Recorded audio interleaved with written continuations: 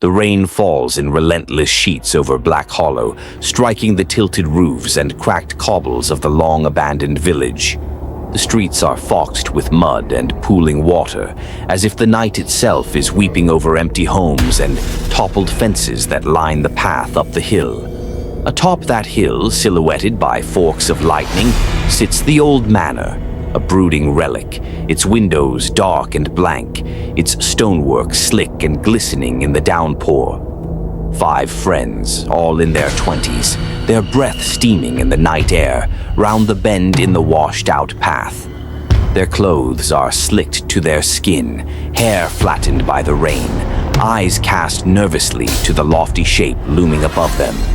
They hesitate at the manor gates, the iron bars rusted but unlocked, swing them open with a protesting screech, and step through into overgrown gardens choked with tangled weeds. Each carries a flashlight, the beams thin and skittish as they sweep over warped hedges and crumbling statues, their laughter brittle in the storm's cacophony. The front door yields with a push, a long, reluctant groan that echoes into silent, unseen rooms. Dampness clings to the woodwork, the floorboards swollen and soft underfoot. Their footsteps drum hollowly as they cross the threshold, the storm sealing them inside with a thunderclap. The door swings shut behind them almost gently, as if the house is inhaling. Inside the manor, the air feels different, touched by a cold that seeps right into their jackets and into their bones. The flashlights flicker over faded wallpaper, curling at the seams, over furniture entombed in dust sheets, over the black shapes of picture frames whose faces have been long since removed or rotted away. The friends pause, shining their lights into corners, up the grand staircase, down the narrow corridors, and wind away into darkness like arteries. They fall out of the voices forced and run, breaking a dare, a story to tell later. Half-hearted jokes about ghosts fill the gloom, but their words seem to fall flat, muffled by the weight of the silence.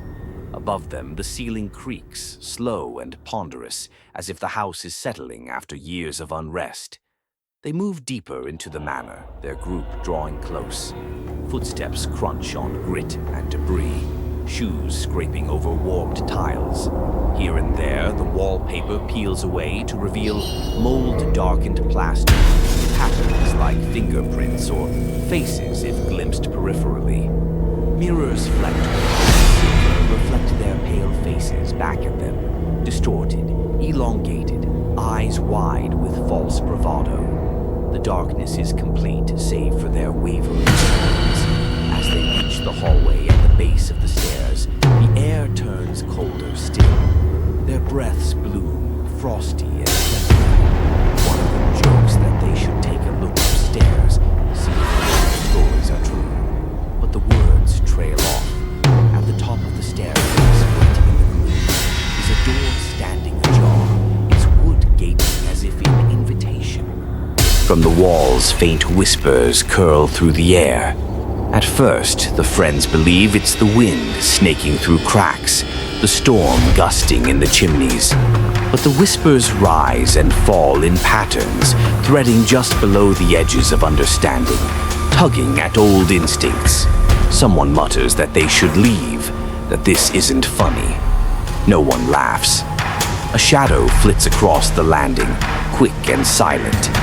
Flashlights swing upward, beams crisscrossing, catching nothing but swirling dust motes suspended in unlit space.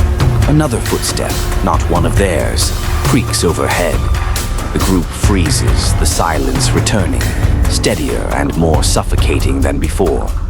A door slams somewhere behind them, then another. The echoes multiply, ricocheting through the empty hallways. The friends rush back, hands fumbling for the foyer door, but it refuses to budge. The handle spins uselessly beneath desperate hands, the hinges welded shut by years of neglect, or something more insistent. Panic prickles at their nerves. They call each other's names, voices cracking, flashlights darting over blank spaces and empty corners. The floor beneath them trembles, as if something deep in the house has turned in its sleep. Whispers rise once more, louder, pressing, repeating names that sound almost familiar and almost their own. Unable to wrench the front door open, the group splits, some pounding toward the back halls in hopes of a kitchen exit, others darting for the parlor windows. But every avenue closes. A window frame stuck tight, glass warped and fogged, another door sealed by the invading tide of the years. And over it all, the sound of the storm recedes, as if the house itself has swallowed the world outside. They gather again in the central hall, chests heaving, faces slick with sweat despite the bone-deep cold. Up above, the open door at the head of the staircase yawns wide, the blackness behind it impossibly dense. The chill pours from beyond it, a subtle but undeniable beckoning. The floorboards leading upstairs groan as if bearing an invisible weight.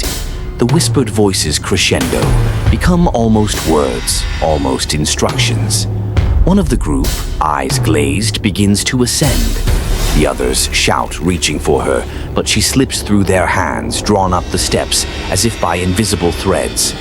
The group follows, unwilling but unable to remain behind, their feet moving despite the leaden terror that has rooted itself in their guts. Every step is colder, every breath thinner. Shadows drag along the walls, failing to keep pace, twisting into forms that flutter and dissolve at the edge of sight. The upper landing is cramped and close, darkness pushing in from all sides. The open door ahead reveals nothing but shadow. At the threshold, they hesitate, calling again for their friend, but their voices sound remote, as though they originate from another room, or another world entirely. The whispers drown out the storm, filling their ears, coaxing and cajoling. Come inside, come see, come stay. Inside the room, once a grand master bedroom, cold radiates from the fireplace, frost feathers blooming on the stone. Flickering in the coruscating beams, pale shapes cluster at the edges, barely glimpsed and gone again in the sweep of a flashlight. The friend who led the ascent stands at the window, staring out at the storm-drenched village, as if seeing something far away, or nothing at all. One by one, the others are drawn in. The door slams behind them, louder than before, a crack of thunder that has nothing to do with the weather. The light in their hands gutters and shudders, throwing their shadows tall and thin against walls inscribed with faded sigils and cryptic markings. The air is filled now with voices, real, insistent, layered atop each other, chanting in tongues older than the manor. Time wobbles, stutters, fractures. Someone screams, a desperate, shuddering sound swallowed whole by the heavy air. Another tries to force open the window, but something cold and immense presses back, an implacable refusal. The room tilts, the floor shifts beneath their feet, becoming slick, as if submerged in ice water. Shadows twist up from the boards, hug their legs, reach for their hands. The air burns with cold, smells of ancient earth. Panic gives way to confusion, confusion to exhaustion. Their lights fail one by one. The darkness surges forward, soft and unyielding, swallowing last shapes, last breaths, last words. The house is silent once again.